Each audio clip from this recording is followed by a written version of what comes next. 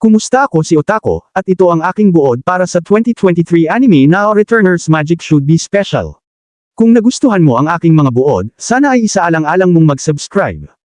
Nagsisimula ang kwento pagkatapos ng isang labanan, at maraming nasawi sa buong battlefield.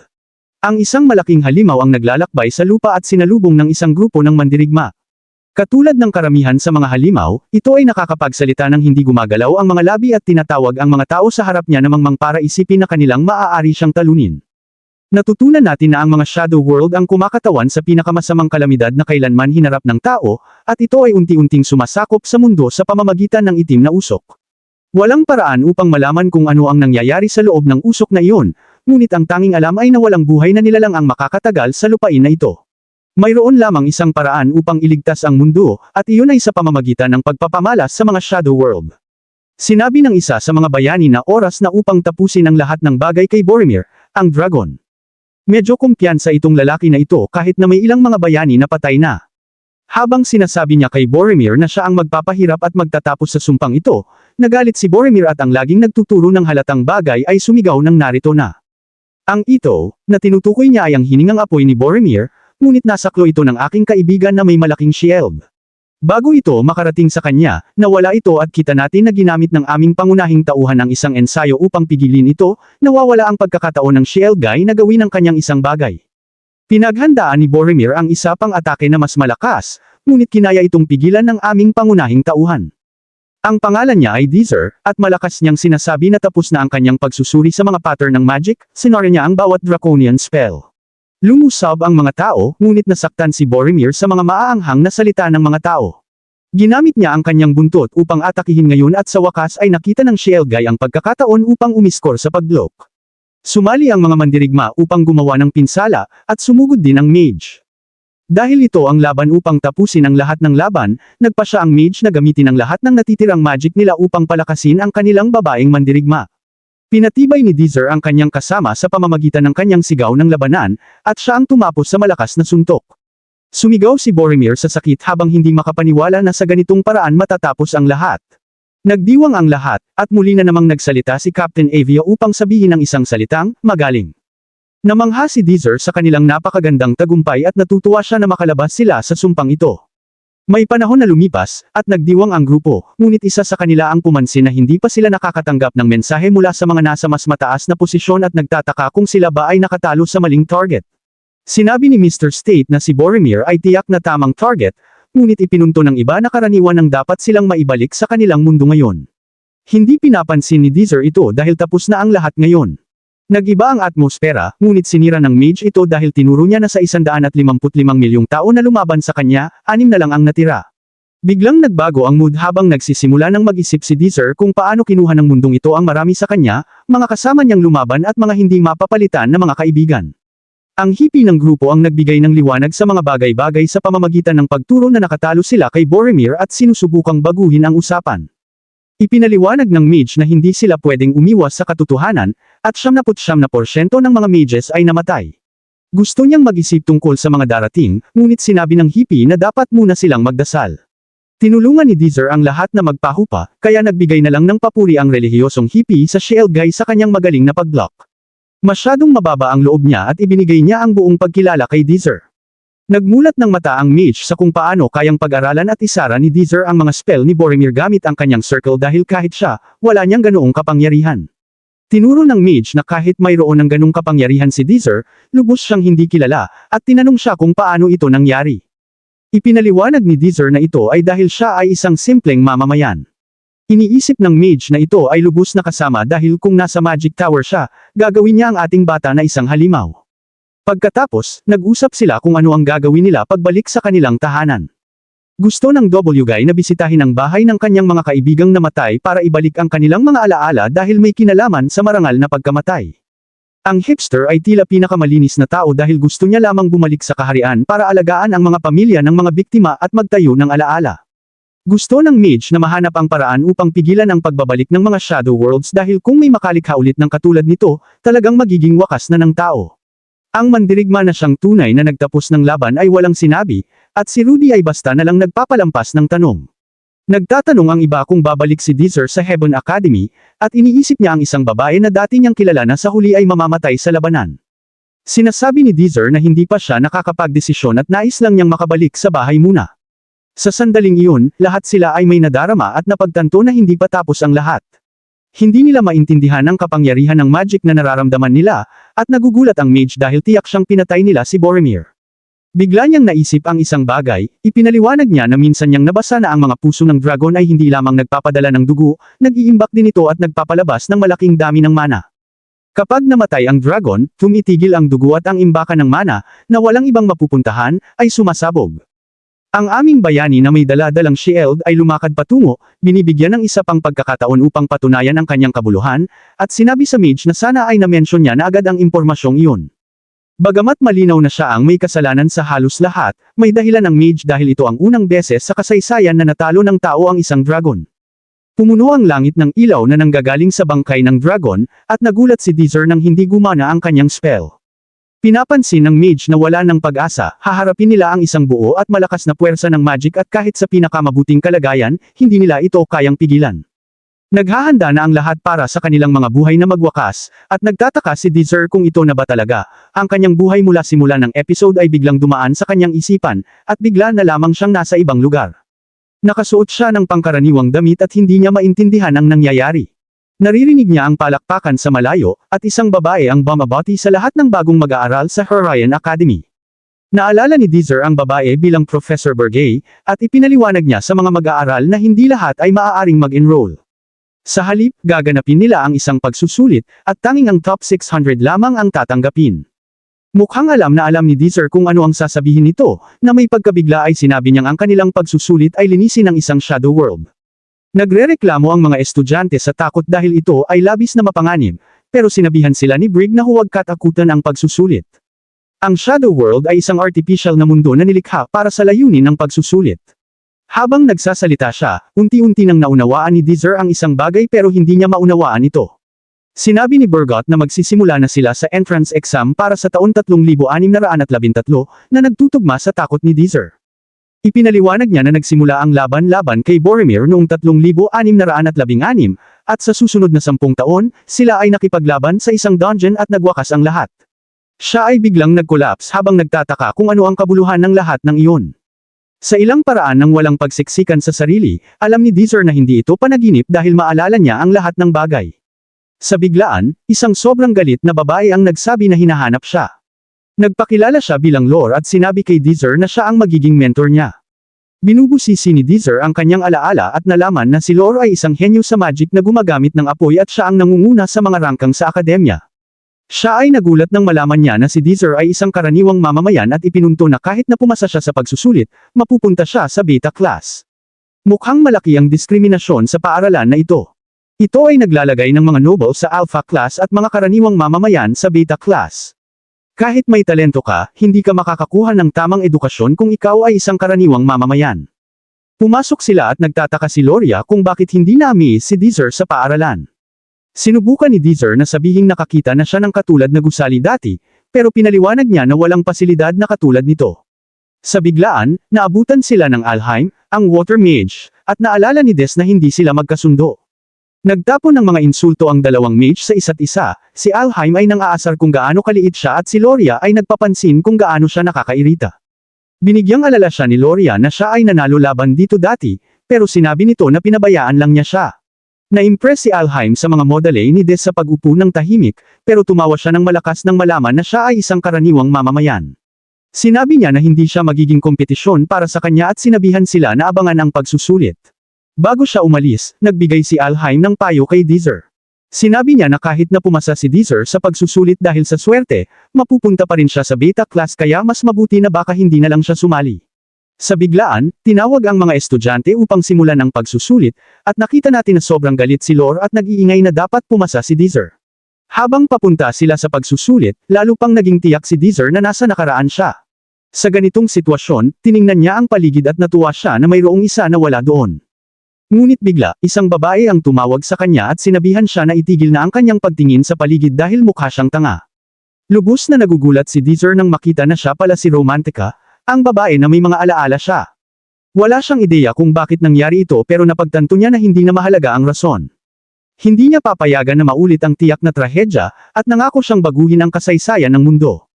Tinawag ni Deezer ang kanyang matagal ng kaibigan, pero ito ay bago pa man sila magkilala, kaya tinanong ni Romantica kung paano niya alam ang pangalan niya.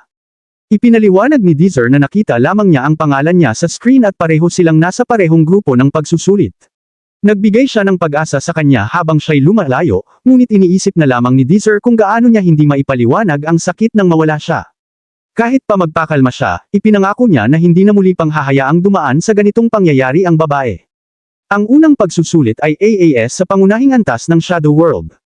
Ang Shadow World sa paaralan ay ligtas dahil ayaw nilang magkaroon ng demanda mula sa magulang ni Karen, kaya kahit mayroong pinsala ang mga estudyante, maaari silang lumikas kaagad.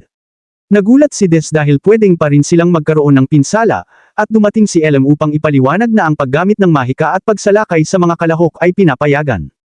Patuloy ang pagiging kontrabida ng lalaking ito habang sinabi niya sa dalawa na imposible para kay Deezer na pumasa sa pagsusulit.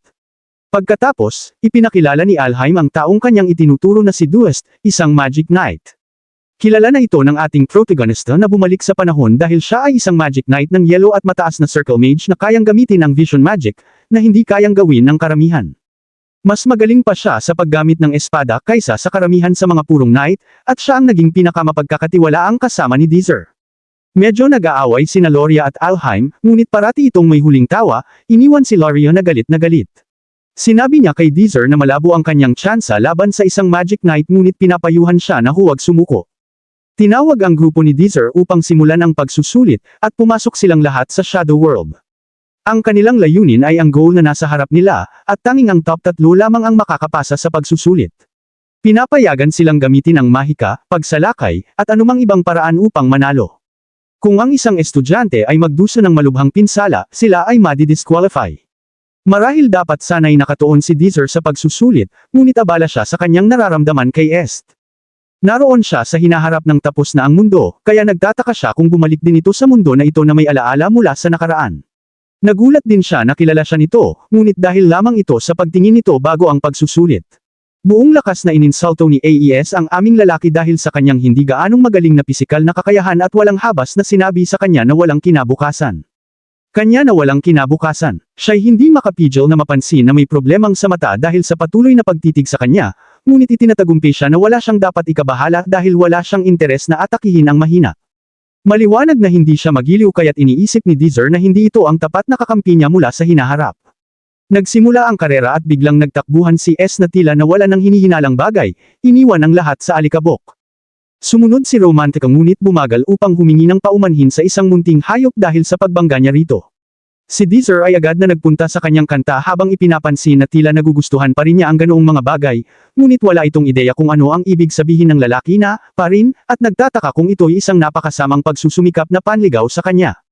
Siya ay nagalit sa paraan ng pag-uugali nito na parang sila ay magkaibigan at sinabihan itong mag-focus sa karera. Ngunit hindi mapigilan ng lalaki ang kanyang sarili dahil namimiss niya ang pakikisalamuha kay Romantica. Lalo pa siyang nagalit sa mga salitang ito ngunit siya'y nagulat nang sagipin siya ni Deezer mula sa biglaang fireball. Medyo nasakta ng isang lalaki dahil nakikisali si Deezer sa kanyang pagsalakay kay Romantica at ginamit ang kanyang fire rod para atakihin ito. Ngunit kaya ni Romantica na ipagtanggol ang sarili at inalis itong mangmang. Ang pangalan niya ay Eggs at ang kanyang diskwalipikasyon ay ipinaalam sa lahat. Nagpasalamat si Romantica kay Deezer sa pag-save sa kanyang ngunit agad na nairita ulit sa kanyang mukhang tanga. Silang dalawa ay lagapak na nahuhuli kaya't nagdesisyon si Romantica na ipakita ang kanyang tunay na kakayahan sa pamamagitan ng paggamit ng kanyang arrow sweep spell sa ibang lugar. Sinasabi ng mga mas mataas na opisyal kay Jesus na may ponytail na lahat ay umaayos ng maayos. Lubos silang namangha sa paglahok ng isang Magic Knight ngayong taon, at hinahangaan kung gaano kagaling ito sa kanyang sarili. Silang lahat ay tumawa ng malakas nang may magpansin na isang mahina na commoner ay nasa parehong grupo ng dakilang Magic Knight. Sila'y nagdaramdam sa kawawang bata, ngunit may isang babae na tila may alam dahil masusi itong tumingin kay Deezer. May isang lalaki na sumusunod kay S na kumpiyansa na ang kailangan niyang gawin ay patuloy na sundan ito para makapasa, ngunit siya'y nagulat sa matinding hangin ni Romantica. Hindi ito sapat na malakas upang siya'y mapalayo, ngunit halos hindi na siya makagalaw. Sa gayon siya'y nagulat ng madali nitong sinuway ang hangin.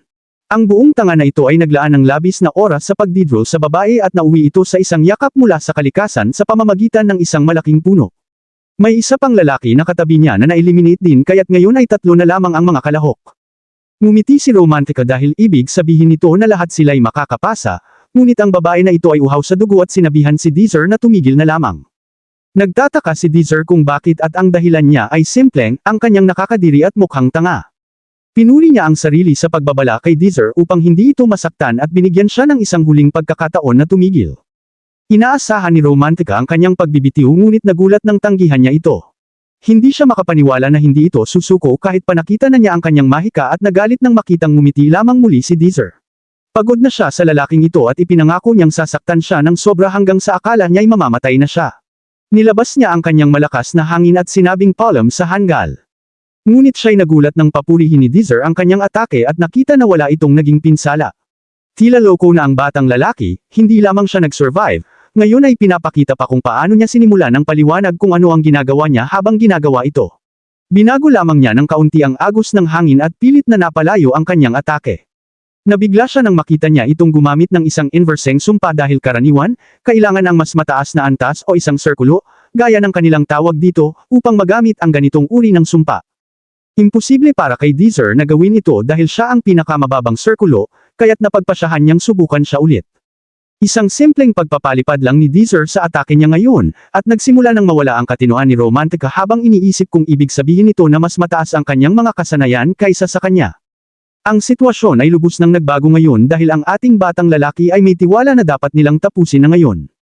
May iba pang kailangan niyang talunin kaya hindi siya maaaring manatili ng matagal.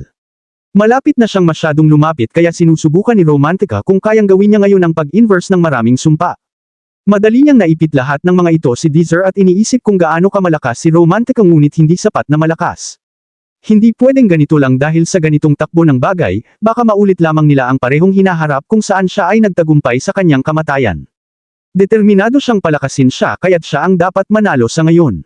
Sinasabi ni Deezer ang kanyang dominasyon na parang isang boss at sinasabihan si Romantica na hindi lamang pag-i-inverse ng sumpa ang kaya niyang gawin. Nabigla siya nang makita siyang gumamit ng isang simpleng sumpa na naglilinis ng paggalaw at nagtataka kung bakit niya ito ginawa. Sa gulat, ibinunyag ni Deezer na siya pala ay hindi ang taong kanyang nilalabanan buong oras na iyon. Ang huli niyang sinabi ay na hindi sila sinusubukan sa mga kasanayan sa Magic. Sila'y sinusubukan kung sino ang makakarating sa layunin. Nagsisimula ng maging malinaw kay Romantica habang ipinaliliwanag ni Deezer na kahit na sila ay makatanggap ng fatal na pinsala doon, hindi sila mamamatay. Nagsisimula ng maunawaan ni Romantica ang plano ng lalaking ito na talagang henyo ngunit ipinunto na kahit hindi siya mamamatay, tatanggap pa rin siya ng pinsala.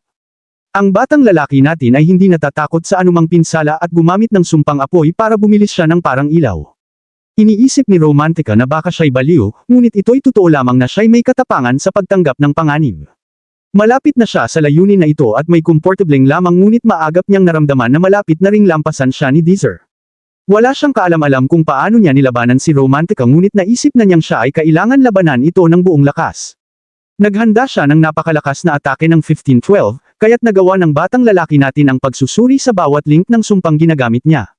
Ito ay nagbigay sa kanya ng kontrol sa buong atake, ngunit napagtanto ni AES na ini-inverse niya ang mga ito at napagpasyahan na niyang tapusin ang laban bago kunin ni Deezer ang lahat. Agad niyang inatake ang mga hindi pa nakuha ni Deezer, ngunit nagawa pa rin ni Deezer na baguhin ang kanilang direksyon. Nakita ni AES na nagawa niya lang iwasan ang panganib na hatid at niresolbo na hindi na niya bibigyan si Deezer ng pagkakataon na inversing ang kanyang sumpa.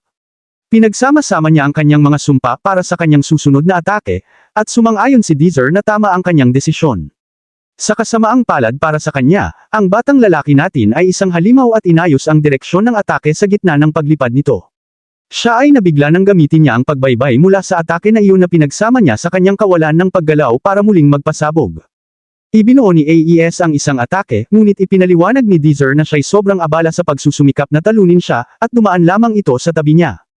Ipinahayag ni Deezer ang tagumpay, ngunit hindi ito lubos na may halaga para sa kanya. Tiningnan ng ating manlalakbay sa panahon ang kanyang mga kaibigan at iniisip lamang kung paano sila lahat, pati na rin siya, ay kailangang magiging mas malakas. Ito lamang ang paraan para kanilang malampasan ang trahedya.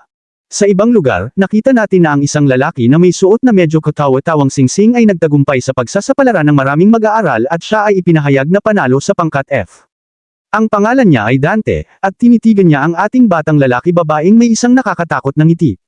Sa ibang lugar, ang mga nasa pangangasiwa ng paaralan ay nag-uusap kung paano, asahan ng walang magiging komentarista sa Alpha Class ngayong taon. Ang mga tao sa paligid ay sobrang non-discriminal laban sa mga karaniwang tao habang sinasabi nilang ang Alpha Class ay para lamang sa pagsasanay ng mga piniling individual at dapat lamang maging masaya ang mga karaniwang tao na makapasok sa Heaven Academy. Pinauupo ng matandang lalaki na para bang hindi pa siya kailanman nag-ahit sa kanyang buong buhay ang lahat at ibinunyag na may isang rekomendasyon na isang tiyak na mag-aaral ang ilagay sa Alpha Class. Ito ay si Professor Bridget, at may kumpiyansa siyang irekomenda si Deezer. Sa huli, ang mga mag-aaral ay nag-check kung saang klase sila na ilagay, at nakita ni Deezer na siya ay nasa beta. Gayunpaman, ang tunay na iniisip niya ay si Romantica dahil siya ay lubos na nabigla. Makikita natin mamaya na si Romantica ay lubos na nalulungkot sa kanyang kalagayan. Ipinaliwanag ng propesor na ang mga kasanayan ng mga mangkukulam ay naaayon sa mga sirkulo. Ang pinakamababang sirkulo ay 1, at ang pinakamataas na sirkulo ay 7. Upang makapasok sa Alpha Class, dapat ang isang mag-aaral ay hindi bababa sa sirkulo 2. Lahat ng mga mag-aaral sa klase na ito ay hanggang sa GATS lang sa sirkulo 1, at ang kanilang mga kasanayan ay hindi sapat para sa tunay na mga shadow world. Iniisip ni Romantica na masama na nga ang maging sa beta class, ngunit lalo pa itong pumangit dahil pareho silang nasa parehong klase ni Deezer na nakakairita sa kanya. Iniisip niya kung bakit si Deezer nandoon pa, dahil kahit tinalo niya ang Magic Knight, nakakainis sa kanya ang kanyang ngiti na hindi nawawala. Makikita natin mamaya na hindi pumayag si Bridget na makuha ang suporta ng ibang mga propesor na mailagay si Deezer sa Alpha Class. Silang lahat ay mga noble, kaya't mariing utol sa ideya. Galit si Deezer hindi lamang para sa kanya kundi pati na rin sa lahat ng magagaling na komentarista na pinapabayaan dahil sa diskriminasyon. Nagpasya si Deezer na kailangang gisingin niya ang mga talento kahit ano pa ang mangyari. Pagkatapos na patuloy na magpakalungkot si Romantica at lapitan siya ng lalaking si Dante. Siya ay nasa Alpha Class at plano niyang sumali sa Blue Moon, ang pinakamahusay na partido sa akademya na binubuo ng mga pinakamahuhusay na mag-aaral ng Alpha Class. Ang taong ito na may ambisyosong kilos ay pumunta upang imbitahin ang ating batang lalaki-babaeng sumali rin dahil sa kanyang mahusay na kasanayan at perpektong lahi. Alam ni Romantica na dapat niyang sabihin ang oo, dahil makakapasok din ito sa Alpha Class. Ngunit saka sabihin ng lalaking ito sa kanya na kailangan niyang lumabas kasama niya. Tumutukoy siya na ito ay ang kanilang unang pagkikita, ngunit sinabi sa kanya ng maayos na tagapagsalita na ito ay pag-ibig sa unang pagtingin. Kailangan ng sandaling pag-iisip si Romantica, ngunit bigay sa kanya ng taong ito ang isang regalo na sa kanyang bayan ay ibinibigay sa isang taong mahal nila. Halos hindi makapagsalita si Romantica pagkatapos ng ipinakitang kagwapuhan ni Reese at nagulat nang si Deezer ay biglang magpakita sa likod niya. Ipinaliwanag ni Deezer na nandoon siya upang magbigay ng parehong alok sa kanya, ngunit tumanggi siyang lumabas kasama siya. Nilinaw ni Deezer ang mga bagay-bagay sa pamamagitan ng pagpapakita na ang totoo ay nais niya siyang sumali sa kanyang partido. Malinaw na pipiliin niya ang pinakamahusay na partido sa paaralan kaysa sa kanya, ngunit iniisip ni Deezer kung paano yun ang pinakamalaking pagkakamali na ginawa niya. Sa hinaharap, sinabi niya sa ating batang lalaki na umalis, kaya iniwan niya sa kanya ang isang sulat na dapat basahin kapag walang ibang tao. Pinagtatawanan siya ni Romantica dahil sa posibleng nakasulat doon ang nakahihiyang bagay, ngunit sinabi niya sa kanya na itapon ito pagkatapos basahin dahil ito'y para sa kanyang kabutihan. Ang mabilis na pagbabasa ay nagtanggal sa mapagmataas niyang ngiti, at siya'y nagalit, at si Deezer, na matagal nang wala sa puntong iyon, alam niyang maaring maipindot ang kanyang mga pindutan. Nakakakita si Deezer ng isang batang may kulay asul na tinatawag na pram, at masaya siyang sa wakas ay nakita niya ito. Ipinaliwanag ni Deezer na sa gitna ng mga mandirigma na kasali sa laban bago ang kanyang paglalakbay sa panahon, si Pram ay isa sa pinakamabilis na mga tagapagpalo.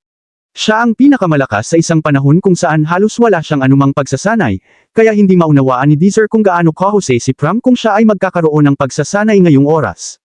Sa kasalukuyan, dumating si Romantica na galit na parang alam ni Deezer ang lihim tungkol sa kanya, ngunit sinabi niya sa kanya na tumahimik upang panuurin ang kanyang pagsasanay. Hindi makapaniwala si Romantica kung gaano kahanga si Pram, gusto niyang magkaroon ng sarili niyang alagang hayop o kung ano. Pumili si Pram ng isang armas na ikinagulat niya, dahil nagtataka sila kung totoong makakapamahala siya ng isang malaking espada. Nagsimula si Pram na magpakilala ng maayos, ngunit tumanggi ang kanyang kalaban na makipag-usap sa mga hindi kagalang-galang na klase ng beta. Nagsimula ang pag-aaral, at ang lalaking may mallet ay agad na nagulat sa mga abilidad ni Pram. Iniisip ni Romantica na medyo malakas si Pram, ngunit alam ni Deezer na siya ay basta-basta lamang humawak ng espada ng walang direksyon. Ang ginoong negosyo sa harap, pista sa likod, ay sumalungat ng walang tigil, ngunit alam ni Deezer at inaasahan ang isang kontra mula kay Pram. Nakita ni Deezer na agad na gumalaw si Pram habang umiiwas ang batang may pula at siya ay nagtapos sa pagkontra sa halip. Inihayag si Redhead na si Peril ang nanalo, ngunit siya ay hindi kontento doon lamang. Siya ay nagsimulang bugbugin ang kawawang bata habang pinapanood lamang ng walang silbi na referee. Kaya't kumilos agad si Deezer. Itinuro niya na tapos na ang laban, ngunit tinatakot siya ng Redhead. May matalim siyang bibig sa kanya, gaya ng kung siya ay nasaktan ng laban ni Priam o kung siya'y naiinggit lamang sa isang mas may talento kaysa sa kanya. Nakapagpindot si Deezer ng bawat buton ng taong ito, na nagdulot sa kanya na mawala ng kontrol, ngunit sinagip ito ni Deezer gamit ang kanyang braso. Isinapuso muli ni Deezer sa kanya na siya ang nanalo ng laban, ngunit nakakabahalang itinanong sa kanya kung ano pa ang kanyang gusto. Lumisan si Peril ngunit sinabi kay Deezer na tandaan niya ang kanyang mukha. Inalagaan siya ni Pram, at ipinaliwanag ni Deezer na ginamit niya ang mahika upang harangan ang espada kaya't hindi gaanong sumakit. Humingi ng paumanhin si Pram, ngunit ipinaliwanag ni Deezer na siya ang pumili na makialam. Tumukoy si Pram na ngayon may kaaway na si Deezer sa Alpha Class dahil sa kanya, ngunit ulit, sinabi ni Deezer na ito'y okay lang, at dapat niyang sabihin kay Romantika na magpakalma dahil sobra-sobra na ang kanyang pagkagusto sa kagandahan ni PR. Nagpasalamat si Pram kay Deezer sa pagligtas sa kanya at pangako na gagantimpalaan niya ito. Pagkatapos, dinala ni Deezer si Romantika sa isang lugar kung saan sila'y makakapag-usap ng pribado, at kailangan niyang paluhain ito sa pamamagitan ng pagsabi na hindi niya sinabi sa kahit sinong tao ang alam niya. Gayunpaman, ipinakita niya na alam ito ng mga propesor, kaya't ito ang dahilan kung bakit siya ibinaba sa beta class kahit na siya ay isang noble na may kahangahangang kasanayan. Deezer saka inilabas ang lahat dahil alam niyang may dugong karaniwan si Romantika, at ang mga magulang niya ay binili lamang ang titulo ng marangal. Alam ito ng mga propesor at itinuturing siyang isa pang karaniwang basurang tao. Tiyak si Romantika na aalagaan siya ni Dante kung sasali siya sa kanilang grupo, ngunit ipinaalala sa kanya nito kung paano tinawag ni Dante ang mga karaniwan bilang marumi at hamak. Inirekomenda ni Dessa na sumali siya sa kanyang partido sa halip at nagalit siya. Iniisip niya na sasabihin niya ang kanyang lihim sa lahat kung hindi siya sasali at ipinakita na siya ay isang masamang tao para bantayan siya. Hindi naman basura ang aming batang lalaki bagaman hindi niya kailanman gagawin iyon at simpleng sinabi na kung hindi siya sasali, kailangan niyang simulan ang kanyang partido kasama si Pram mag-isa. Naglalakbay sa imahinasyon ni Romantika ang mga kaisipan tungkol sa kaaya-aya na bata, ngunit siya pa rin ay nag-aalangan sa kanyang desisyon. Sa palagay pa rin niya, medyo malabo si Deezer sa patuloy na pagngiti at sa pagkakaroon ng alam sa kanyang lihim. Lubos siyang nagpakitang kawangis noong pagsusulit at tila siya'y nakatamo ng tagumpay laban sa Magic Knight. Sa kabila ng lahat ng iyon, tila nakakagamit siya ng inverse spell kahit na nasa pinakamababang bilog. Pagkatapos ng pagsasali ng isipan, nagpasya siyang sumali sa kanyang partido, ngunit karamihan ay upang uncover ang kanyang lihim. Galit pa rin si Romantika sa kanyang ngiti sa bawat bahagi ng kanyang pagkatao, ngunit nag-shake hand silang dalawa sa kanilang kasunduan. Nanunood tayo habang si Pram ay mahigpit na tumingin sa isang kakaibang mukhang tayback na ibinigay sa kanya ng kanyang ina. Ito ay iniwan sa kanya ng kanyang ama at ipinaliwanag na hanggat ang tayback ay makikintab, ibig sabihin ay laging iniisip siya ng kanyang ama magpakailanman. Ngunit noong hinawakan ito ng kawawang bata, ito ay nabasag. Swerte na lang para sa kanya, iyon ay isang panaginip lamang. Sa huli, ang Notrio ay pumunta kay Bridget upang mag-apply para bumuo ng isang partido. Nag-enjoy sila ng ilang mga merienda, ngunit agad na oras na para sa kanilang seryosong usapan. Sinigawan ng babae si Deezer kung bakit niya gustong bumuo ng partido, kaya simpleng ipinaliwanag niya na balak niyang umangat sa Alpha Class sa pamamagitan ng pagpanalo sa rangkang tournament. Tinalakay ni Bridget kung gaano kahirap iyon, ngunit alam na ito ni Deezer. Ipinaliwanag niya na ang rangkang tournament ay isang pagsusulit upang matukoy ang ranggo ng mga mag-aaral sa bawat baitang. Isinasagawa ito kasama ang mga klase ng Alpha at Beta, at ang kwalifikasyon upang makalahok ay isang partido na may 3 hanggang 6 na miyembro. Ang pagsusulit ay sa anyo ng labanan sa pagitan ng dalawang partido, at ang nagwawaging partido ay mag-aangat ng ranggo. Ngunit hindi ibig sabihin na may kalamangan ang mga partido na may mas maraming miyembro dahil sinusuri ang tagumpay ng bawat individual. Maraming paraan upang makakuha ng ranggo dahil ang mahalaga ay kung gaano karaming kontribusyon ang nagawa ng isang mag-aaral sa tagumpay ng kanilang partido. Layunin ng rangkang tournament na suriin ang iba't ibang kasanayan ng mga mag-aaral. Ang mga nagwawaging partido ay makakalahok sa huling yugto na nagaganap sa isang shadow world. Ang mga nakakapasok sa top na siyam ay binibigyan ng titulo na single rankers. Ang mga single rankers ay may kakayahang umangat mula sa beta class patungong alpha class. Gayunpaman, walang kahit isa ang nakakapasok sa promosyon noon. Ito ay hindi sorpresa para kay Romantica dahil may malaking bentahe ang mga alphas, at siya'y tiyak na ito'y magiging isang panig na laban. Ipinaliwanag ni Bridget na ito'y halos imposible, ngunit nakagugulat si Deezer nang sabihin niyang iyon ang dahilan kung bakit ito'y karapat-dapat gawin. Iniisip ng mga propesor na hindi karapat-dapat turuan ang mga betas dahil wala silang talento, kaya kung maging single rankers ang tatlong miyembro ng kanilang partido, ipapakita nila na mali ang mga propesor. Umaasa si Bridget na mababago nila ang napaka-prehuwisyo at mapanghusgang sistema sa paaralan at tinanong si Romantica at Pram kung sigurado sila na sasali sa partido ni Deezer.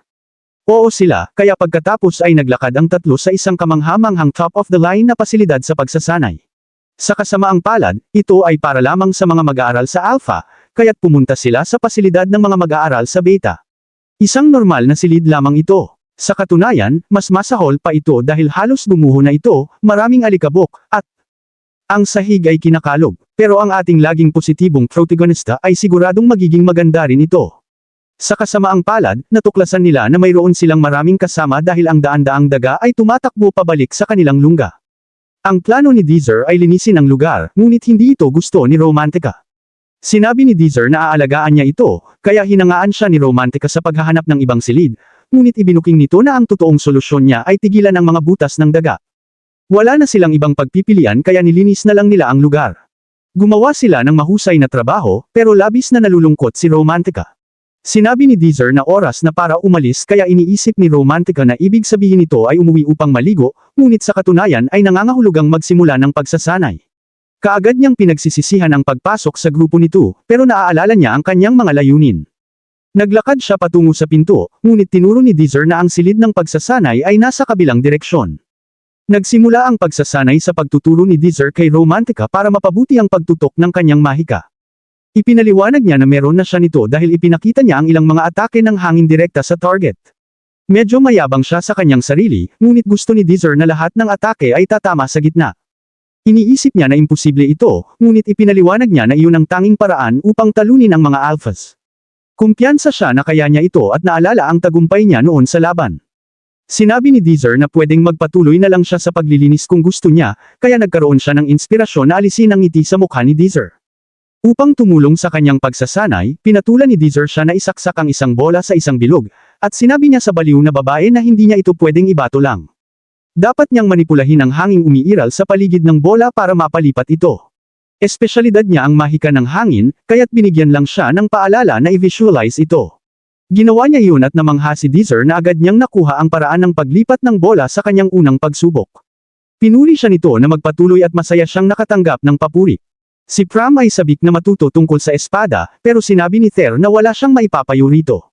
Nakakagulat, sinabi ni Deezer na naperpekto na ni Pram ang kanyang sining bilang isang especially aderong eksperto at dapat na siyang malakas na sapat upang manalo sa rangkang tournament sa kanyang kasalukuyang kalagayan.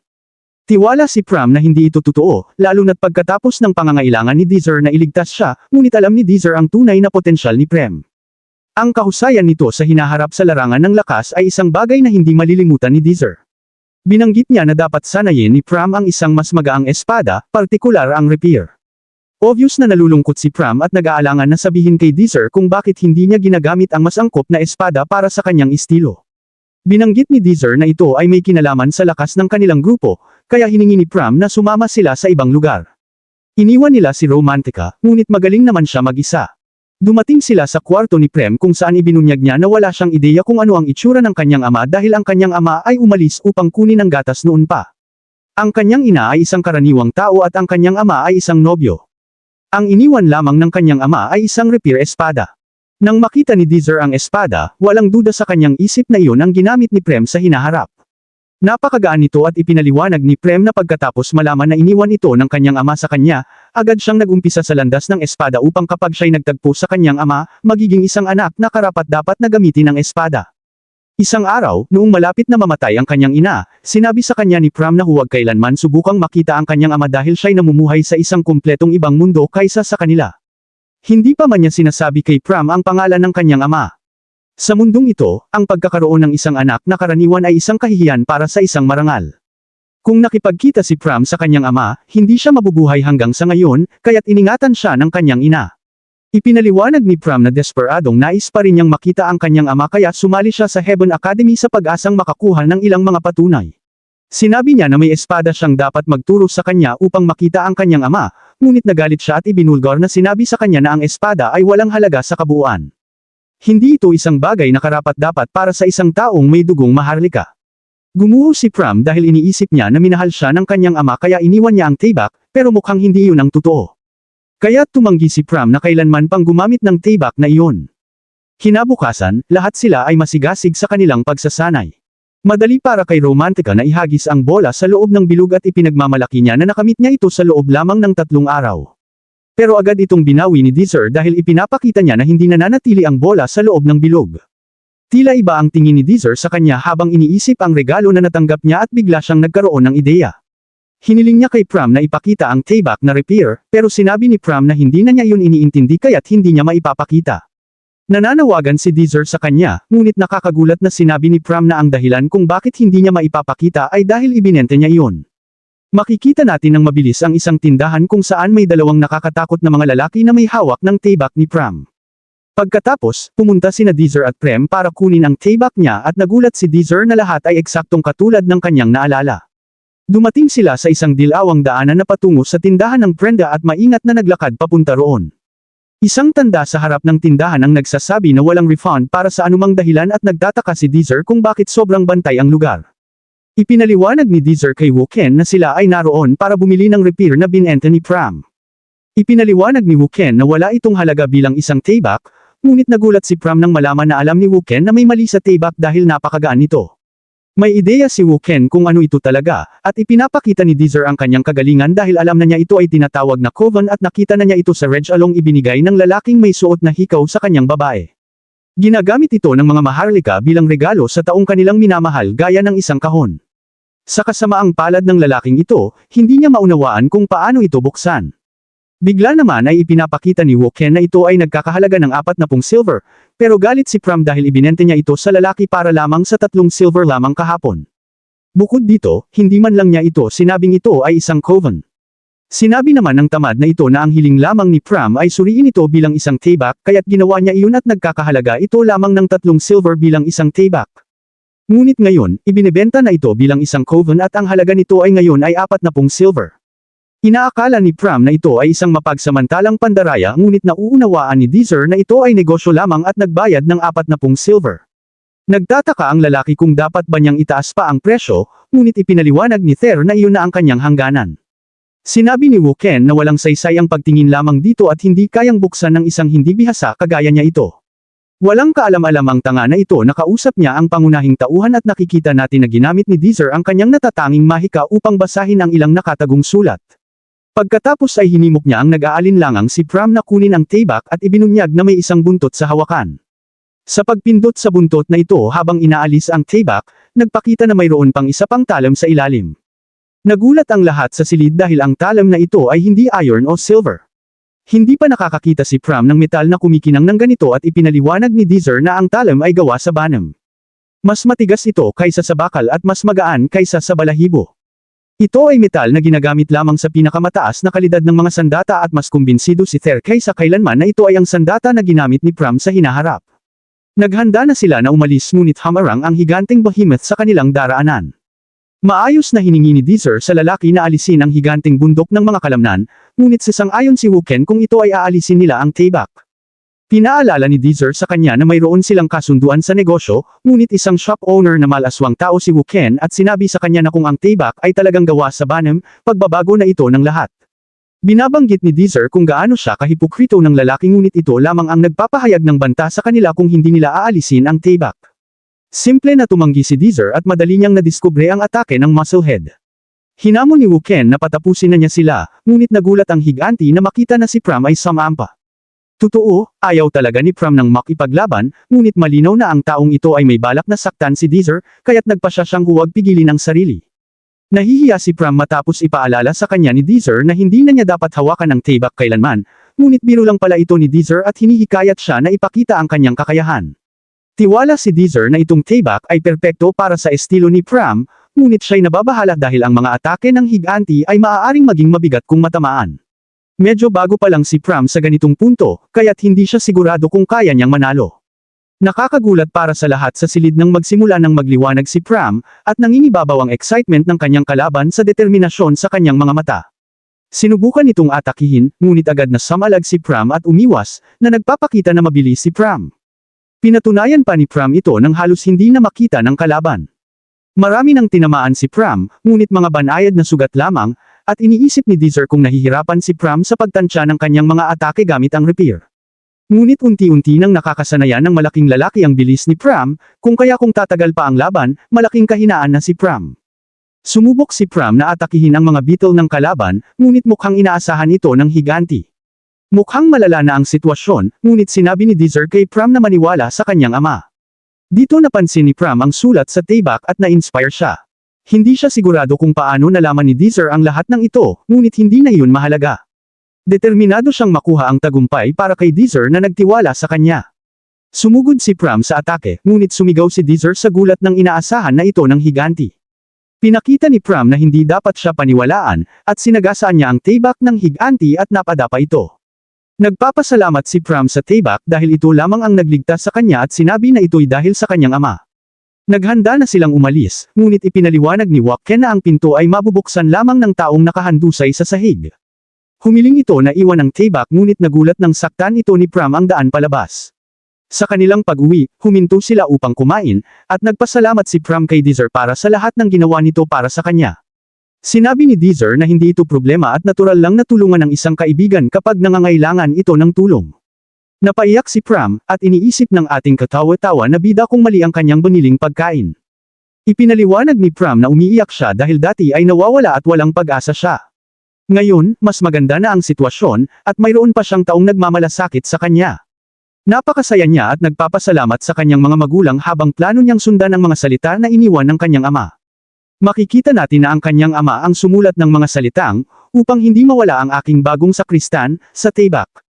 Sa paaralan naman, patuloy na nagte-training ng husto si Romantica at ipinapakita ang kanyang kahusayan sa pagkontrol ng bola, na ngayon ay kayang itigil mismo sa gitna ng bilog. Nagdiwang siya ngunit agad niyang napansin na siya ay mag-isa. Sinubukan niya ang hamon na ibinigay sa kanya ni Deezer at lubos siyang nagalak nang matama niya ang bawat atake ng hangin sa target. Pagkatapos nito, naghintay siya upang makipagtagpo kay Dante at napakinggan ang mga taong nandiri sa kanya dahil nasa beta class siya. Pagkatapos nilang magtagpo, kumain siya ng masarap na pagkain at abang naghihintay si Dante sa kanyang desisyon kung sasali siya sa kanyang party. Bago pa man siya makasagot, inakala na agad ni Dante na tinanggap na niya at naghandang dalhin siya sa iba pang miyembro ng Blue Moon. Siyempre, lubhang nagulat siya nang ibalik ni Romantica ang regalo na ibinigay niya, kaya't hindi niya maintindihan ang nangyayari. Sinabi ni Romantica na hindi lamang dahil ayaw niyang lumabas kasama si Dante, kundi dahil na rin siya ay sumali sa isang party sa beta class. Hindi makapaniwala ang lalaki na akala niya'y biro lamang, ngunit seryoso si Romantica. Ipinaliwanag ni Romantica na hindi niya gusto ang party sa una, ngunit nagbago iyon ng lubusan. Ang leader ay nagtuturo sa kanya at pinauunlad ang kanyang mga kasanayan. Binanggit niya ang pagtawag ni Dante sa mga karaniwan na basura, at hindi ito umurong sa kanyang sinabi. Sa katunayan, doble pa ang kanyang pagsiguro rito. Inihayag ni Romantica na dating karaniwan lamang siya, kaya't halos ma-aneurysma si Dante, at akala na naman niya ay biro lamang ito. Seryoso nga si Romantica, ngunit sinabi niya na okay na ang lahat ngayon dahil may mga taong mahalaga sa kanyang buhay na hindi titingin sa kanya ng ganun. Sa wakas, unti-unti nang nauunawaan ito ng lalaki, at sinabi niya na kung alam lang niya na dating karaniwan si Romantica, hindi niya ito aanyayahang sumali. Tapos na ang kanilang usapan, ngunit may isang huling bagay na sabihin si Romantica, ibinunyag niya na ang kanyang party ay may balak mag-promote sa Alpha Class, at iyon ang magiging dahilan kung bakit sila magiging mga kaaway. Nakakapag-init ng ulo si Dante kaya't sinabi niya na sasagasaan niya ang bawat isa sa kanila. Payo lamang ni Romantica na huwag itong hamakin at umalis. Ito ay lalong nagpapalala sa galit ni Dante na hindi mo maiisip dahil para siyang magkakaroon ng atake sa puso. Sa flashback, ipinakita kung bakit siya sobrang galit, isang grupo ng galit na mga karaniwan ang sumire sa kanyang tahanan at humihingi ng parusa sa kanyang ama. Sa sobrang galit ni Dante, nagdulot siya ng sugat sa sarili at nangakong sasagasaan ang maruruming karaniwan. Makaraan ang ilang panahon, pumasok ang koponan ni Des sa rangkang tournament, at sila ay nasa kwalifikasyon na. Nilampaso ni Romantica ang isang grupo ng 5 tao gamit ang kanyang wind attack, at ang kanilang tagumpay ay nagpataas sa kanila sa leaderboard. Ginawa naman ni Pram ang kanyang parte laban sa isa pang koponan at sila ay umangat pa. Sumunod naman si Deezer para ipakita ang kanyang kakayahan, habang hindi gumagalaw sa isang individual habang humaharang sa bawat atake ng kaaway. Tinapos ng dalawang iba ang koponan na ito, at umabot ang ating mga bayani sa top 30, na nangangahulugang panahon na para sa tunay na laban. Natutuwa si Bridget na nakarating sila ng ganun kalayo, ngunit nag-aalala dahil may malaking target na sila. Sa ibang lugar, galit na galit ang instructor na nangunguna sa Blue Moon Group nang mabasa niya ang isang artikulo tungkol sa koponan ni Des. Binabanggit ng artikulo na ang samahan ng mga mag-aaral sa Beta Class ay umabot sa ika-30 na pwesto, at itinanong kung sila ang unang makakapunta sa Alpha. Galit na tumanggi itong hayaan sila sa kanilang pinapahalagahan na Alpha Class, ngunit pinakalma niya ang kanyang sarili. Ipinaliwanag niya sa mga mag-aaral ng Blue Moon na bagaman sila ay mga first years pa lamang, kanilang responsibilidad na itaguyod ang karangalan at tradisyon ng Alpha Class. Dahil dito, sa huling yugto ng torneo, nais ng taong ito na gamitin nila ang anumang pamamaraan upang puksain ang koponan ni Des. Malinaw niyang ipinakita na hindi dapat hayaan na maging single rankers ang mga ito. Personal niyang kinausap si S dahil nakipaglaban na ito kay Deezer dati, at kumpirmado niya na kaya niyang talunin ito. Siya ang pinuno ng unang Blue Moon Group kaya't hinihiling niya na dalhin niya sila sa tagumpay. Hindi makakalimutan ni S ang lalaking nagbigay sa kanya ng kanyang unang pagkatalo kaya't determinado siyang talunin ito sa lahat ng kanyang kayang gawin. Pagkatapos, hinarap ni Dante at Peril si S. Una, iniisip niya na gusto nilang itutol ang kanyang pagiging pinuno, ngunit alam nila kung gaano siya kalakas, at hindi yun ang gusto nila. Gusto lamang ni Peril na siya ang bumagsak kay Pram, at nais ni Dante na siya ang humarap kay Romantica.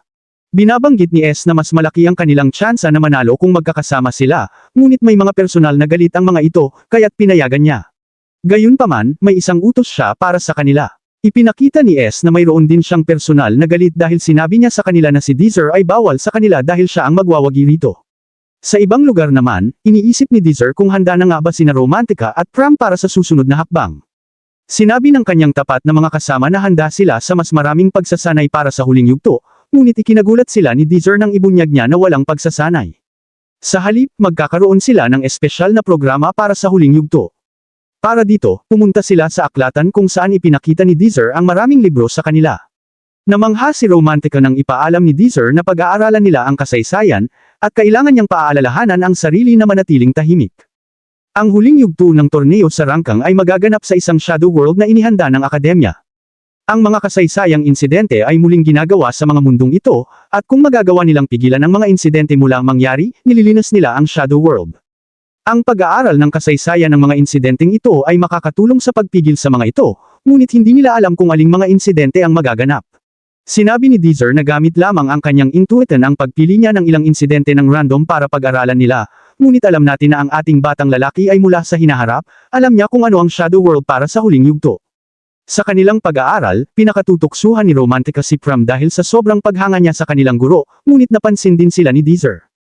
Ang lalaking ito ay isang mapanakop na diktador na ipinag-uutos na bumalik sila sa pag-aaral, lahat ng iyon ay may ngiti sa kanyang mukha. Sandali pa, nagulat ang team nang lumapit sa kanila si S. Medyo nakakakaba ang sandali, ngunit binasag ni Romantica ang katahimikan sa pamamagitan ng pagtatanong kung ano ang gusto ng babaeng ito. Binabanggit ni S na 2 buwan na mula nang maglaban sila, at pinuri ni Deezer ang kanyang desisyon na sumali sa Blue Moon. Iniisip niya na nararapat siya sa pinakamalakas na partido sa akademya, ngunit nagtatanong siya kung talagang ito ang pinakamalakas dahil wala si Tesser dito. Lumapit na si S sa kanya upang opisyal na mag-declare ng digmaan laban kay Deezer. Sinabi ng ating bida na bumalik siya para ipakita ang kanyang paggalang sa taong nakikilala niya bilang kanyang karibal. Si S ay maliit ang tingin sa kanya noong araw na iyon ngunit sumumpa siyang talunin siya ng buong tapang na taglay niya ngayong pagkakataon. Hindi masaya si Deezer na marinig ito dahil nais niyang gamitin ni S ang galit na iyon sa kanya upang gawin siyang mas malakas. Ang buong layunin ng ating matalinong bayani noong araw na iyon ay magliyab ang pagnanais na lumaban sa loob niya, at maliwanag na nagtagumpay ito. Ang pagiging mas malakas ng kanyang mga kaibigan ang tanging paraan para mabago nila ang kinabukasan. Kaya't inaabangan niya na makipaglaban kasama ang mas malakas na S sa hinaharap. Sandali pagkatapos, narating na natin ang araw ng rangkang tournament. Ilan sa maraming portal ay itinayo sa sentro ng isang palabas at abala ang mga reporter sa panayam sa mga guro. Ang final round ay isang malaking kaganapan sa academy, kaya't maraming tao sa bayan ang pumunta upang manood, at nagiging maingay ito. Maliwanag na malaking bagay ito dahil napansin ng mga kaibigan ni Deezer na tama ang pagkakasuot niya ng kanyang tie ngayon. Ipinaliwanag ni Deezer na hindi niya karaniwang sinususuot ng tama ang kanyang tie dahil uncomfortable lang ito, ngunit akala ni Romantica ito ay dahil gusto niyang ipakita ang kanyang dibdib. Nagbibiruan silang lahat, at tuwang-tuwa si Deezer na hindi sila tila kabado. Handa na silang lahat at pumunta sa center stage. Handa na rin ang lahat ng ibang koponan, at ang malaking pulutong ay nagtatanghal ng pagbati. Isa sa mga lalaki ay hindi kumbinsido na mukhang matapang si Deezer kahit na binibigyan siya ng atensyon, ngunit sinabihan siya ng isang babaeng may kulay berde ang buhok na mag-focus. May sumali namang lalaking may mahabang buhok at nagpaalala sa lahat na hindi dapat silang mag-aalala tungkol sa isang taong tulad ni Deezer. Isang boses ang nagpaliwanag na mag-uumpisa na ang final round at pinaalalahanan sila na upang linisin ang Shadow World, ang mga kalahok ay dapat malutas ang isang tiyak na insidente. Pinapayagan silang gumamit ng anumang pamamaraan upang manalo, ngunit kung sila ay makatanggap ng fatal na pinsala, sila ay madi-disqualify. Nagbigayan sila ng masamang tingin, at ipinaliwanag na ang mga nagbibigay ng kontribusyon sa paglilinis ng Shadow World ay makakatanggap ng mas maraming puntos. Ang mga nasa top na siyam na manlalaro ang tatanggap ng titulo na single rankers. Si Deezer at ang kanyang koponan ay nasa pinakadulo, kaya't ipinaliwanag ni Deezer na upang sila ay maging single rankers, dapat nilang linisin ang Shadow World sila mismo o talunin ang lahat ng ibang particip. Nagsisimula ng magbukas ang mga gate, at nagsisimula na ang final round ng rankang tournament. Lahat ay seryosong nakatitig sa mga portal, at sa pagbukas ng mga ito, ang malalakas na sigaw ng kasiyahan mula sa napakaraming tao ay nagsimula. Dahil sa pagbubukas ng mga portal, lahat ay pumasok na, ngunit ang koponan ni Des ay ang huli. Pinaalalahanan ni Deezer ang kanyang mga kaibigan na huwag mag-alala at tiniyak na kaya nilang gawin ang anumang kanilang ninanais. Sila ay pinaghiwalay bago mapadala sa loob, at isang boses ang nagsabi kay Deezer na ang lokasyon ng lahat ay nakadetermine ng random. Nagpasya si Deezer na ang kanyang unang layunin ay hanapin ang kanyang mga kakampi, ngunit bigla siyang inatake ng isang ice bolt. Hindi makapaniwalang nadatnan siya ng babaeng may kulay berde ang buhok agad, at hindi rin makapaniwalang naging kilala siya ng ganun kalakas. Gusto lamang nitong labanan si Deezer, ngunit madali niyang natunaw ang kanyang ice attack. Nagulat siya ngunit nang ipakita nitong kayang gumamit ng dalawang spell sa parehong oras, at ginamit ang kanyang aqua wave attack. Sinupil ito ni Deezer gamit ang isa pang fire attack, na nagdulot ng steam sa paligid, at napagtanto niya na ang kanyang isa pang spell ay pang-depensa. Gayunpaman, hindi niya maintindihan kung bakit niya ito ginagawa. Maliwanag naman ito ngunit nang marahang ilagay ng babae ang pangalawang spell sa harap ng unang spell para palamigan ito, at tinuro ni Deezer na ganoon kagaling ang mga atake na inaasahan mula sa isang nasa alpha class. Ang babae na may kulay berdeng buhok ay nag-uumpisa pa lang, ngunit ginamit na niya ang wind spell upang mabigla ang mga peer. Aso ng yelo mula sa kanyang mga naunang atake. Medyo labas siya sa sarili habang ipinaliwanag na ang kanyang mga spell ay isang uri ng magic na hindi kayang gamitin ng isang karaniwang tao tulad ni Deezer sa kanyang buong buhay. Tinanong niya si Deezer kung mayroon siyang mga huling salita bago niya ito putulin sa mga piraso, ngunit wala nang takot siyang nadarama. Hinahangaan niya ang kanyang kumpiyansa, ngunit siya ay nag-irita nang sabihin niyang dapat ay tutok ito sa kanyang mga vital na bahagi. Patuloy si Deezer sa pagpapasok sa isip ng babae habang sinasabi na marahil hindi ito gaanong magaling sa pagkontrol ng kanyang sariling spell. Nanggagalit siya nang sabihin ni Deezer na isara ang kanyang bibig, kaya alam ni Deezer na talagang nasa isip niya ito. Ngayon, tapos na si Deezer sa paglalaro sa batang babae na ito. Sa simpleng pagkilos ng kanyang daliri, sinira niya ang buong atake nito. Siyempre, walang kamalay-malay ang babae kung paano niya nagawa iyon, ngunit napagtanto niya na gumagamit siya ng inversing spells. Ganap na kontrolado ni Deezer ang laban ngayon at nagturo siya ng leksyon. Sinabi niya na hindi dapat niyang baliwalain ang kanyang kalaban, at lagi niyang dapat isipin ang susunod niyang hakbang. Iyon ang mga batayang prinsipyo ng digmaan. Kaya't sinabi niya sa kanya na masusing pagmasdan at unawain ito. Matapos ang lahat, kinolekta ni Deezer ang lahat ng kanyang shards upang likhain ang isang malaking kristal at ibinabalik ito sa kanya. Medyo tanga itong babae, worry, sapagkat sinabi na walang paraan na ang mahiwagang kapangyarihan ng isang commoner ay makakatalo sa kanya. Iniisip niya na madali niyang mapipigilan ang atake ni Deezer, ngunit tapos na ang ating batang lalaki sa pagtuturo ng leksyon sa kanya. Pinaghati-hati niya ang malaking kristal para iwasan ang kanyang tanglaw at madali niyang itinumba ang kalaban. Isang anunsyo ng kanyang pagkatalo ang ginawa at ipinakita ni Deezer na isa lang iyon sa maraming mga darating pa. Sa ibang lugar sa Shadow World, may isang munting nerd na naglalakad-lakad na nagrereklamo kung gaano kainit sa kanyang piniling lokasyon. Gusto niyang magkaroon ng proteksyon sa araw ngunit nangilid siya ng sandali upang pahalagahan ang simoy ng hangin. Kaagad na binagsakan ito ng malakas na spell mula kay Romantica at ipinaalam sa lahat ang kanyang diskwalipikasyon. 27 mga kalahok ang natitira, at nakikita natin na sina Roman at Pram ay nagkita na. Swerte silang nailipat malapit sa isa't isa, at sa tingin ni Romantica ay nakakakilig kapag nag-aalala si Pram kay Deezer. Ginamit niya ang kanyang hangin na magic upang madama ang mga kalaban sa paligid at naisip na habulin ang isang nag-iisa. Nagpadala si Romantica ng atake ngunit agad itong winasak at lumitaw ang dalawang kalaban. Isa sa kanila ang nagpaliwanag na ang detection magic ay may kahinaan na nagpapakita ng iyong lokasyon sa mga kalaban, at pinapaalala sa kanya ng kanyang kasintahan na si Romantica ay basurang beta lang. Hindi kinukuha ni Romantica ng magaanang pang-iinsulto at nagpasya na dapat nilang malaman kung sino ang tunay na basura sa pamamagitan ng isang laban. Gusto pa ng lalaki na magpatuloy sa pagsasalita ng pang-iinsulto tungkol sa kung gaano kagaling ang kanilang klase, ngunit biglang sinugod siya ni Pram. Sinamantala lang ng gago ito para patunayan na kulang sila sa paggalang, at napagtanto ni Romantica na hindi naman sila ganun kasahina. Lahat sila ay nag-ingat at nagsimula na ang laban gamit ang mga espada. Sinubukan ng isang babae na gumamit ng magic ngunit pinamalas ni Pram ang kanyang napakabilis na takbo. Natakot na ang babae at nag-isip na baka nga si Pram ay talagang nasa beta class. Nagtaas ng putik ang lalaki at sinabihan ang kanyang kasintahan na wasakin si Pram gamit ang matinding area magic. Sinimulan na ng babae ang magic ngunit ito lang ang nagpapakita ng eksaktong lokasyon niya kay Romantica, at pinadala ni Romantica ito na pabalik sa kanya gamit ang wind attack. Si Romantica na ngayon ang nangiinsulto habang tinawag niya silang bobo dahil nagtatago sila sa kanilang sariling ngunit lumilitaw sila sa isang atake pagkatapos. Nalulungkot talaga ang lalaki, ngunit ipinaalala ni Pram sa kanya na dapat mag-focus siya sa laban. Ginugulo talaga siya ni Pram, at tinapos ito ni Romantica sa Alpha Boy. Iniisip ni Romantica na magkakaroon sana siya ng pagkakataon kung nakafocus ito sa pagsugpo sa kanya sa una at ipinakita na iyon ang kanyang kabayaran para sa pagbaliwala sa beta class. 25 mga kalahok ang natitira, at umaasa na silang lahat ay kasing tanga ng dalawang ito. Nagbigay ng komplimento ang dalawa sa isa't isa sa kung gaano sila kaunlad, at inihalal ni Pram si Deezer para sa lahat ng kanilang pag-eehersisyo.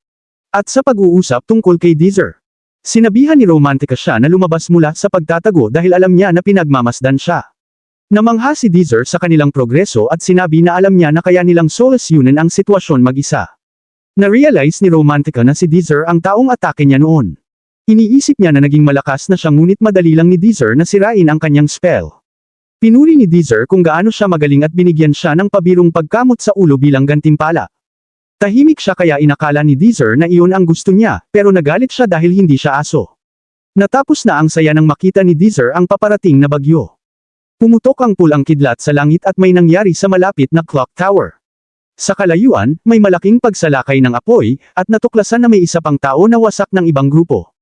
18 kalahok na lang ang natira, at ipinaliwanag ni Deezer na may dalawang paraan para silang mag-promote sa Alpha Class. Una ay kung makakatapos sila sa unang pwesto sa pamamagitan ng paglilinis sa Shadow World. Ang isa pang paraan ay ang simpleng pag-survive at mapasama sa top 9. Sigurado si Deezer na imposible para sa kanila na malinis ang Shadow World dahil magtatambal-tambalan lang sila ng ibang team. May maliit na tsansa na makapasok sila sa top 9. Mag-aaway-away ang ibang teams, at kailangan lang nila ng siyam pang ma-disqualify.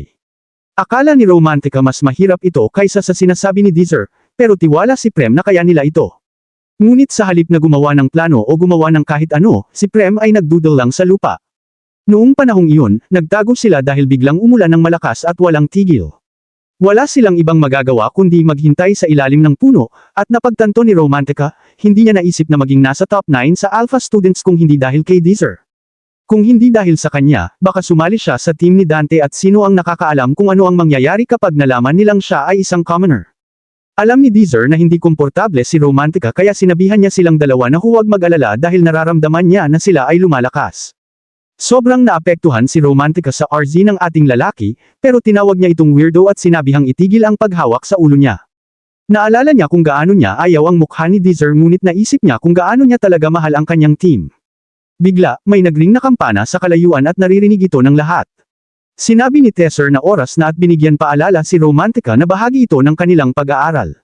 Nasa mundo sila ng dating clock tower. Ang dating clock tower ay isang mataas na level na mahiwagang aparato na nagpo-produce ng mga halimaw sa regular na intervals. Bigla, nag-activate ang clock tower, at nakita natin na mayroong kumikilos sa lupa. Isang boses ang nag-anunsyo na mayroong survival quest na Naker Ate, at ang clock tower ay nag-produce ng bagong halimaw. Kailangan nilang lahat na mabuhay sa pag-atake ng halimaw, at ang lahat ng mga guro ay sa tingin ay masama ito para sa beta class. Sigurado silang tapos na ang team ni Des, at ang malaking lalaki na nasa Blue Moon Group ay tumawa kay Bridget. Sa kanilang team, narinig nila ang isang babaeng sumisigaw para sa kanyang buhay, at inanunsyo na lamang 17 na lamang ang kalahok. Malapit na ang panganib, kaya sinabihan ni Deezer ang kanyang dalawang kaibigan na manatili sa likuran. May umamoy ng masama at nagsimulang umuga ang lupa. May halimaw na paparating, kaya sinabihan ni Deezer na maging handa sila, at may lumabas na daga mula sa lupa. Takot ang dalawa habang lumalabas ang malakas na sigaw ng daga, at napagtanto ni Deezer na kailangan nilang umalis doon. Lumitaw ang isang malaking grupo ng mga daga, at napag-alaman ni Deezer na ito ay dahil sa KRA Monster. Ito ay isang halimaw na gumagamit ng mga daga bilang mga braso. Ang kinakain nito ay dugo ng tao, at hindi ito susuko kapag napili na niya ang kanyang target. Nagdesisyon si Romantica na barilin ang mga ito ng airball, ngunit walang silbi. Kailangan lang nilang magtakbo, ngunit maliwanag na nahahabol sila ng mga daga. Inipaliwanag ni Deezer na ang kanilang tanging pagpipilian ay talunin ang leader. Isa sa mga daga sa grupo. Pero iniisip ni Romantica na parang paghahanap ng karayom sa dayami ito. Huminto si Deezer sa pagtakbo dahil alam niya ang paraan para mahanap ang leader. Pinapakblidang niya ang kanyang sarili at ginamit ang kanyang dugo para mahatak ang leader. Lumitaw ang babaong daga, at ibinagsak ito ni Romantica mula sa ere. Hindi ito namatay, ngunit pinansin ni Deezer na kahit maliit na daga ito halimaw pa rin ito. Mataas ang resistance nito sa magic, at kahit si Romantica sa kanilang kasalukuyang kakayahan ay hindi kayang talunin ito sa isang suntok. Patuloy lang ang pagdating ng mga daga, kaya napagpasyahan ni Deezer na wala siyang ibang pagpipilian. Iniutos niya sa kanyang team na umatras, ngunit isang putok nang tumalon si Pram papunta sa harap. Sinabihan si Pram ng team na tumigil, ngunit tumakbo ang baliw na bata papunta sa malaking grupo ng mga daga. Sa ibang lugar, pare-pareho ang problema ng ibang team sa mga daga kaya mayroon na lamang 16 na kalahok. Ang red team ay naharap din sa malaking grupo ng mga daga, ngunit may kumpiyansa ang kanilang leader na itigil ang kanilang grupo, at ginamit ang apoy na spell. Ang green team ay wala namang kaalam-alam sa nangyayari kaya natuwa sila na ang kinatatakutan lang nila ay isang maliit na daga lang. May isa pang tanga na sumubok itaboy ito, ngunit ang daga ay sumigaw ng pakikipaglaban at sila ay naswarm. Pagbalik natin, nasa gitna si Pram ng grupo ng mga daga. Sinabi niya sa kanyang sarili na mag-focus at subukan hanapin ang leader. Sigurado siya na tinamaan ng spell ni Romantica ang leader at determinado siyang hanapin ang maliit na crater. Pagkatapos ng pakikipaglaban sa mga daga ng sandali, natuklasan niya ang isang bagay sa labas. Nag-aalala si Deezer na baka umatake si Romantica ng kanyang airballs, ngunit tinuro ni Deezer na baka masaktan niya rin si Pram. Nagpanik si Deezer dahil parang mawawala na naman kay Pram gaya ng nangyari sa hinaharap. Ngunit biglang lumitaw si Pram mula sa kumpol ng mga daga na may malakas na atake, at pinatay niya ang namatay na daga. Inanunsyo na tapos na ang kanilang survival quest, ngunit nilapitan agad ni Deezer si Pram dahil nasa masama siyang kondisyon. Tinanggap ni Pram ang papuri mula sa kanyang mga kaibigan, ngunit pagod na pagod siya. Sinabihan siya ni Deezer na magpahinga, kaya natulog ang bata. Nilagay ni Deezer si Pram ng ligtas sa ilalim ng puno dahil namangha siya na kahit takot si Pram sa mga daga, lumaban siya. Sinabihan ni Deezer si Romantica na bantayan siya ngunit hindi na sinabi pa ang iba habang lumalayo siya. Galit si Deezer sa kanyang sarili dahil dapat niyang na-clear ang quest nang hindi pinapahirapan si Pram. Napagtanto niya na naligaw siya sa pagpapabuti nila, at binuksan niya ang sarili sa panganib. Binugbog ni Tesser ang kanyang sariling mukha at pinaalala sa kanyang sarili na andyan siya para hindi na muling mawala ang kanyang mga kaibigan. Bumalik siya sa kanyang mga kaibigan na nag-aalala sa kanyang mukha, ngunit sinabi niyang wala lang ito. Nagulat ang team ni Deezer na gusto niyang maglakbay sa ulan, ngunit ipinaliwanag niya na ito ay dahil natagpuan na nila ang dating clock tower. Pumunta sila doon pero nag-remind siya sa kanyang sarili ng isang bagay pa. Plinano niya ang tamang daan para maabot ang kanyang layunin at sumumpa na hindi na niya uulitin ang parehong pagkakamali. Sa ibang lugar, nakita natin na namangha ang red team sa kung paano sinunog ng kanilang leader ang buong lugar para talunin ang kanilang grupo ng mga daga. Nanalo rin ang green team sa kanilang laban, at ginamit ni S ang kanyang ice magic para talunin ang kanilang mga daga. Dumating na ang grupo ni Deezer sa clock tower, at nakita natin ang mga leader ng lahat ng natitirang teams. Salamat sa pagsubaybay sa aking buod, mag-subscribe, at i-ring ang notification bell para sa mga susunod na bahagi.